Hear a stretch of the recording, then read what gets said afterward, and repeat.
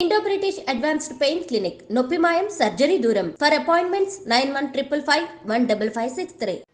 మచిలీపట్నం మంగనపూడి దగ్గర మద్యం మత్తులో ఉన్నటువంటి నలుగురు కార్లో డ్రైవ్ చేస్తూ చాలా ర్యాష్గా డ్రైవింగ్ చేస్తూ గ్రామస్తులు అంటే అక్కడ దగ్గరలో ఉన్నటువంటి గ్రామం నుంచి ఆటోలో వెళ్తున్నటువంటి ఒక ఆటోని ఢీకొట్టడం జరిగింది. అండ్ పెద్ద ఎత్తున ఆ ఆటోను ఢీకొట్టడం, ఆ తర్వాత ఆటోలో మొత్తం 7 ప్రయాణిస్తుంటే అందులో నుంచి 5 గాయాలు అవ్వడంతో ఇప్పుడు ఈ వార్త వెలుగులోకి వచ్చింది. చాలా మంది వీడియోని తీసి వైరల్ చేసిన పరిస్థితి. ఎందుకంటే నార్మల్ గా యాక్సిడెంట్ సరే దెబ్బలు తాకాయి, ఆ తర్వాత వాళ్ళని ప్రభుత్వ ఆసుపత్రికి తరలించారంటే ఎవరు పెద్దగా పట్టించుకునే వాళ్ళు కాదు.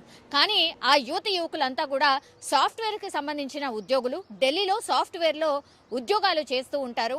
అండ్ 2 రోజుల క్రితం బర్త్డే పార్టీ ఉంది వాళ్ళ ఫ్రెండ్ది అన్న నేపథ్యంలో అక్కడ దగ్గరలో ఉన్నటువంటి ఒక ఊర్లో పార్టీ అటెండ్ చేసిన తర్వాత అగైన్ మంగనపూడి బీచ్లో పొద్దున అంటే సన్ రైజ్ చాలా బాగుంటుంది అని తెలుసుకొని పొద్దున్నే అక్కడికి రావడం, ఆ బీచ్ దగ్గరికి వెళ్ళే టైంలోనే అక్కడే అంటే ఆ కారులోనే మద్యం సేవించడం, ఆ తర్వాత రాత్రి పార్టీ జరిగింది కాబట్టి బర్త్డే పార్టీ, అందులో కూడా మద్యం సేవించి ఉన్నారు.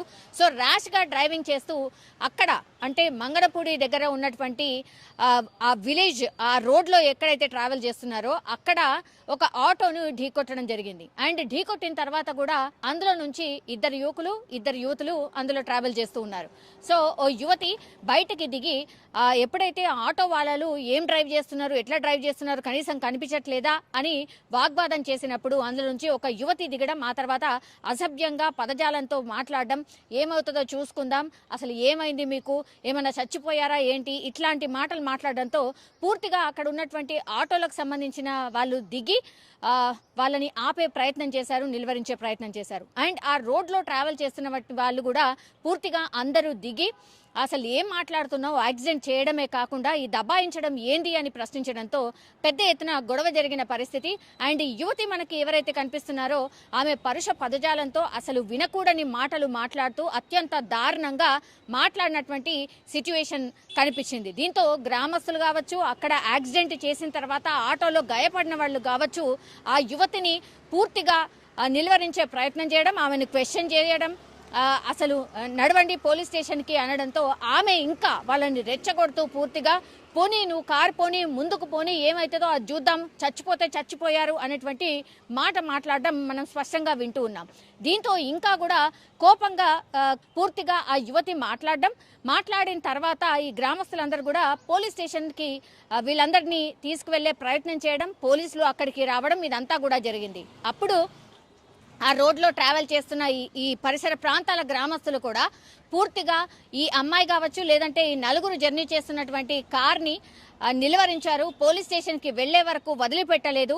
ఆ తర్వాత పోలీసులు పూర్తిగా వాళ్ళని పోలీస్ స్టేషన్కి తీసుకెళ్లిన పరిస్థితి అయితే కనిపిస్తుంది. ఒకవేళ నిజంగానే వీళ్ళు ఎవరైతే ఈ 4 ట్రావెల్ చేస్తున్నారో వాళ్ళు మద్యం మత్తులోనే ఈ డ్రైవింగ్ చేశారు అండ్ డ్రైవ్ చేస్తూ వచ్చి ఇంకా మద్యం మత్తులో ఉన్నారు కాబట్టి ఆటోను ఢీ కొట్టారు అని గ్రామస్తులు ఆరోపిస్తున్న పరిస్థితి. మరి అక్కడ పోలీస్ స్టేషన్కి వెళ్లిన తర్వాత మరి గ్రామస్తులు ఏదైతే వాదన వినిపించారో ఆ వాదన ప్రకారం మరి పోలీసులు ఎట్లాంటి కేసు నమోదు చేశారు, ఏం జరిగింది అనేది తెలీదు. బట్ వాళ్ళైతే పెద్దగా ఏం గాయాలు అయిన వాళ్ళకి మేము ట్రీట్మెంట్ ఇప్పిస్తాము, నో ప్రాబ్లం అని కాంప్రమైజ్ అయ్యి అక్కడి నుంచి వెళ్ళిపోయారు అనేటువంటిది మనకున్నటువంటి ఇన్ఫర్మేషన్. కానీ ఒకవేళ నిజంగానే గట్టిగా ఢీకొని ఉంటే, పెద్ద యాక్సిడెంట్ జరిగి ఉంటే నిజంగానే ఎంతమంది ప్రాణాలు కోల్పోయేవారు కదా.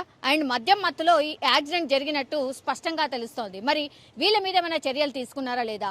ఢిల్లీకి సంబంధించిన సాఫ్ట్వేర్లో వీళ్ళు జాబ్ చేస్తున్నారు కాబట్టి మరి వీళ్ళకు పూర్తిగా మళ్ళీ వాళ్ళ జాబ్కి కావచ్చు, లేదంటే ఇంకో కేసు అయితే వాళ్ళ ఫ్యూచర్ కావచ్చు పూర్తిగా స్పాయిల్ అవుతుంది అన్న నేపథ్యంలో వీళ్ళందరినీ కూడా గ్రామస్తుల సమక్షంలోనే సెటిల్మెంట్ చేసి పూర్తిగా వదిలేశారు అనేది కూడా ఇంకో వాదన వినిపిస్తోంది. కానీ ఈ 4 కూడా మద్యం మత్తులో యాక్సిడెంట్ చేసినట్టుగా పూర్తిగా స్పష్టంగా అర్థమవుతోంది. ర్యాష్ డ్రైవింగ్ వల్లే ఆటోను ఢీకొట్టడం, అందులో 5 గాయాలు అవ్వడం, ఆ తర్వాత పోలీస్ స్టేషన్కి వెళ్లిన తర్వాత గ్రామస్తులు పెద్ద ఎత్తున చేరుకొని నినాదాలు చేయడం, వీళ్ళు ఎట్లాగూ సరే వీళ్ళని శిక్షించాలి చేయాల్సిందే అని మాట మాట్లాడడం, ఆ తర్వాత పోలీసులు గ్రామస్తులు ఎవరికి ఏం కాలేదు కదా, చిన్న గాయాలైనాయి కాబట్టి వాళ్ళని వదిలేయండి అన్నటువంటిది కొంత కాంప్రమైజ్ చేసి వాళ్ళు అక్కడి నుంచి వెళ్ళిపోయినట్టుగా మనకున్నటువంటి సమాచారం. కానీ పెద్ద ఎత్తున ఒకవేళ పెద్ద యాక్సిడెంట్ జరిగి ఎవరైనా చనిపోతే మాత్రం ఏంటి సిచ్యువేషన్? ఇట్లా ఈ యంగ్ పిల్లలు ఆర్ సాఫ్ట్వేర్ జాబ్ నేపథ్యంలో ఆర్ పార్టీలు చేసుకొని ఇట్లా రోడ్ల మీద వచ్చి ర్యాష్ డ్రైవింగ్ చేస్తూ ఎవరంటే వాళ్ళని ఢీకొట్టుకుంటూ వెళ్ళిపోతే ఏంటి పరిస్థితి? మరి ఇట్లా పనిష్మెంట్ ఇవ్వకుండా వదిలేస్తే మళ్ళీ వాళ్ళు ఇట్లా చెయ్యరు అన్న గ్యారంటీ ఏమైనా ఉంటుందా అనేటువంటి ప్రశ్నలు అయితే ఇప్పుడు వినిపిస్తున్న పరిస్థితి అయితే కనిపిస్తోంది.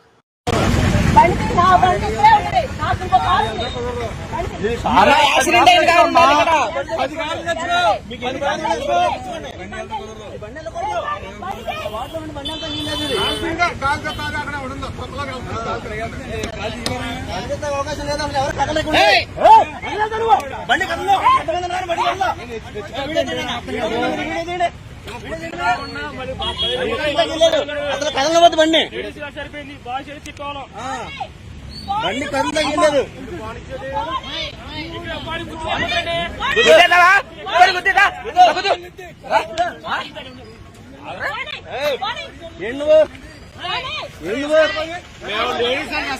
మీరు అలా మాట్లాడకండి.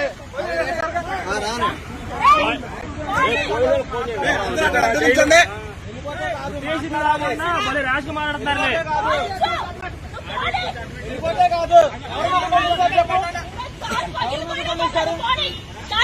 కారు పోతుంది, ప్రాణాలు పోతే ఓకేనా నీకు? కారు పోతుంది, ప్రాణాలు పైన ఓకేనా నీకు? ప్రాణాలు పైన ఓకేనా? సరే వెళ్ళు.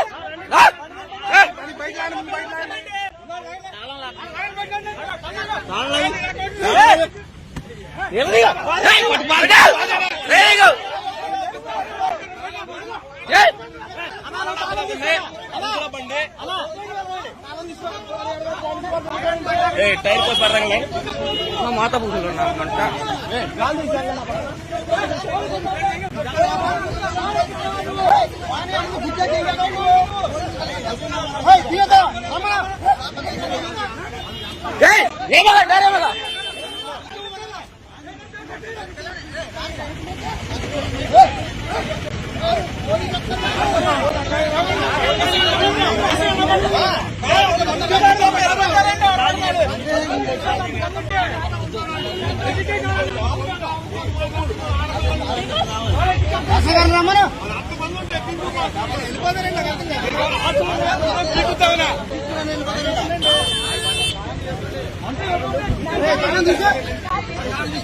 తీసుకెళ్ళిపోతాంట కాదు